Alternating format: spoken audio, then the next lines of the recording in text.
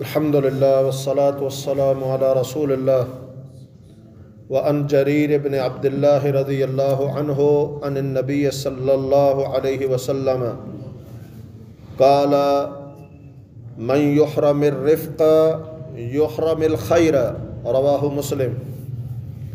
جریر بن عبداللہ رضی اللہ تعالی عنہ نبی کریم صلی اللہ علیہ وسلم سے بیان کرتے ہیں کہ آپ نے فرمایا، جو شخص نرمی سے محروم کر دیا گیا وہ ہر خیر اور بھلائی سے محروم کر دیا گیا۔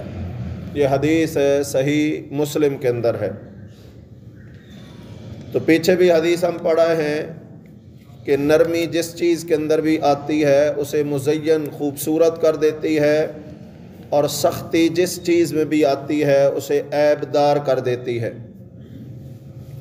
تو نرمی ہر ایک کے ساتھ، اپنے بچوں کے ساتھ، اپنے لوگوں کے ساتھ، دوسروں کے ساتھ، پڑوسیوں کے ساتھ، اسی طرح صرف انسانوں کے ساتھ ہی نہیں بلکہ جانوروں کے ساتھ بھی نرمی کا برتاؤ کرنے کا آپ صلی اللہ علیہ وسلم نے حکم بھی دیا، اور عملی طور پر بھی آپ جانوروں کے ساتھ انتہائی نرمی کرتے تھے، سختی نہیں کرتے تھے۔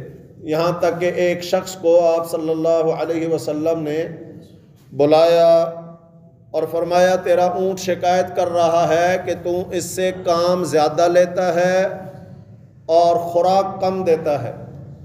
تو یہ آپ صلی اللہ علیہ وسلم کی نرمی جانوروں کے ساتھ اس کی علامت اور دلیل ہے کہ جانور بھی آپ کے سامنے شکایت کرتے تھے جو ان پر کی جانے والی سختیاں ہوتی تھیں۔ عبداللہ بن عمر رضی اللہ عنہما فرماتے ہیں، رسول کریم صلی اللہ علیہ وسلم مر علی رجل من الانصار وهو يعظ اخاه في الحیاء، کہ نبی کریم صلی اللہ علیہ وسلم ایک شخص کے پاس سے گزرے کہ وہ اپنے بھائی کو حیا کے بارے میں نصیحت کر رہا تھا۔ فقال رسول اللہ صلی اللہ علیہ وسلم، رسول اللہ صلی اللہ علیہ وسلم نے فرمایا، دعاہ فإن الحیاء من الایمان، فرمایا اس کو اس کے حال پر چھوڑ دو، بے شک شرم و حیا بھی ایمان کا حصہ ہے۔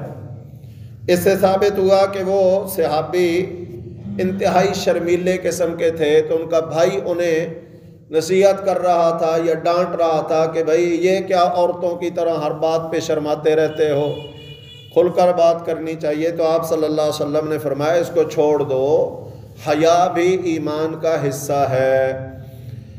ایمان کے 70 سے زیادہ حصے ہیں، شعبے ہیں، اور ان کے بارے میں نبی صلی اللہ علیہ وسلم نے فرمایا، افضلها لا الہ الا اللہ، سب سے افضل ترین ایمان کی شاخ، ایمان کا حصہ لا الہ الا اللہ ہے۔